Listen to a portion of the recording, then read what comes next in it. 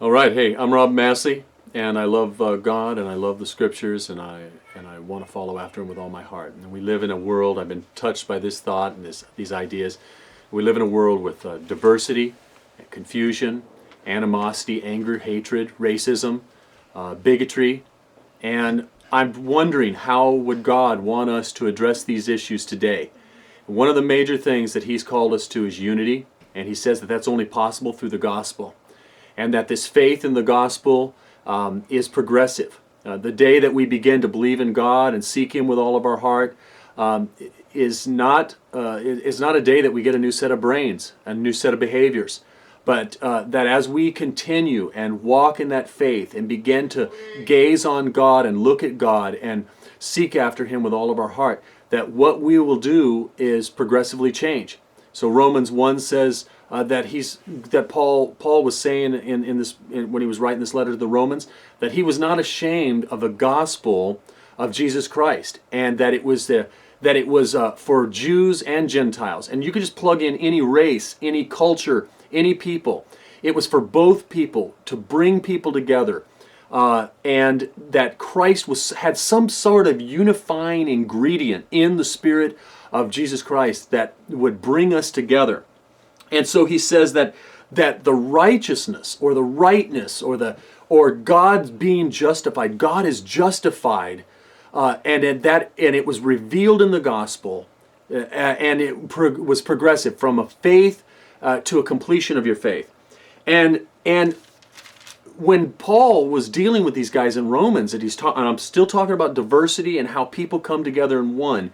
He first starts off in the first chapter about talking to about Gentiles who were just ungodly, unfaithful, haters, murderers, and the last part of that chapter he just lays out everything that's common to man.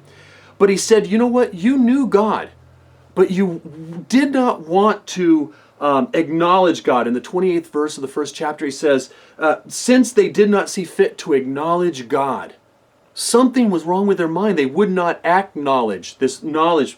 Up above in the 21st verse, he says, for although they knew God, they did not honor Him as God or give thanks to Him, but they became futile in their thinking. Empty, baseless thinking. So that's what leads to all of this sin. In the 29th verse, there's all kinds of evil that's left in there. Covetous, malice. These are all relational things. My hatred towards you and your hatred towards me.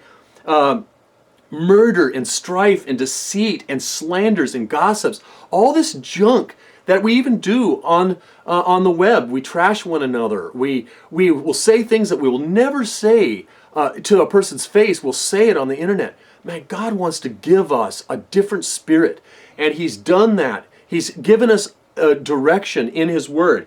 So then there's all these righteous people that are judging these Gentiles. They were called Jews here, but just put any righteous category of group. I mean, they could be a righteous fundamentalist Arab, or a righteous fundamentalist Christian, or a good Buddhist monk sitting austerely on a mountaintop, or an atheist who's convinced that his rationality is pure. But all of that, we can stand back and we can judge people who are different from us, and that's what he says here. He says, these people deserve their sin, and he's building us up there. They deserve their penalty. And then the righteous people stand back, whatever your position is, and you say, you know what? You who judge another, you're passing judgment on another, you condemn yourself.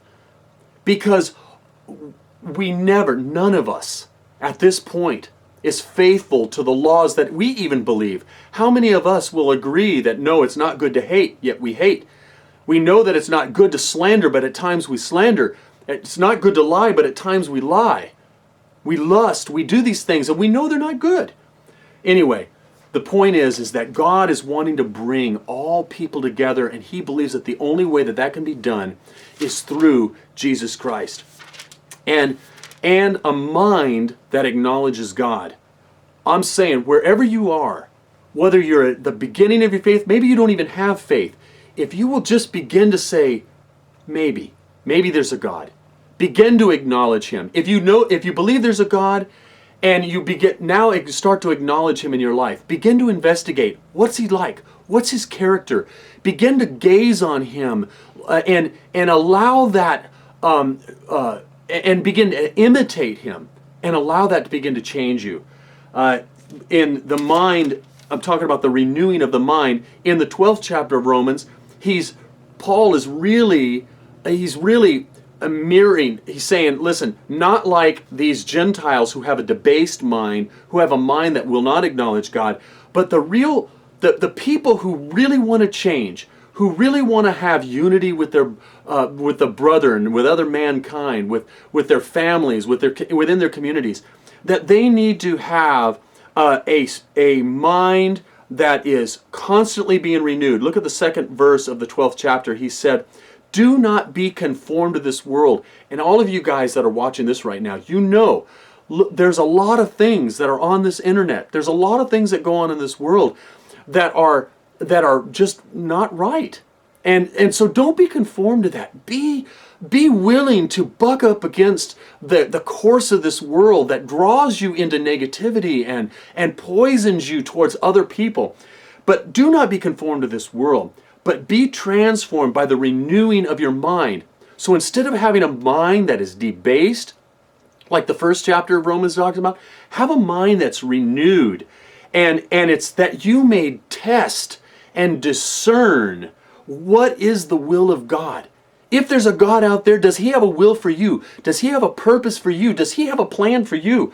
I think he does. And and you only glean that by having a mind that's put on him. For by the grace of God that is given to me, the third verse says of the 12th chapter, don't think more highly of yourself than you ought to think. Man, is that not good advice? We can all begin to think that we have the answers. We all begin to elevate our answers above everybody else's answers. But let's be humble enough to say, I could be wrong, but this is the best that I understand right now. For me as a Christian, I'm seeking God with all my heart. I look up. I try to understand him. I kind of follow after and see if I can glean more of his character. Sometimes I learn his character through nature. Sometimes I see it with a mother and her child. Sometimes I see his character between a husband and a wife.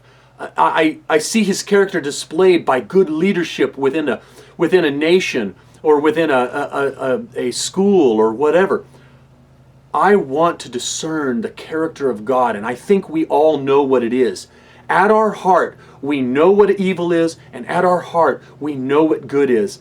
I want to begin to model that goodness in me, and that's done by having a mind that is continually on the good things. Another place Paul says, whatever things are lovely, whatever things are good, whatever things are pure, of a good report, think on these things. Man, if we think on the things, there's a lot of things. You could click on this video, finish watching it, and then click on another one, and it'll lead you into things that bring the mind down. It debases us. It makes us less human. But God wants us to renew our minds, seek after him with all of our heart. If we'll do that, he will direct our paths. Acknowledge God in all your ways, and he will direct your paths.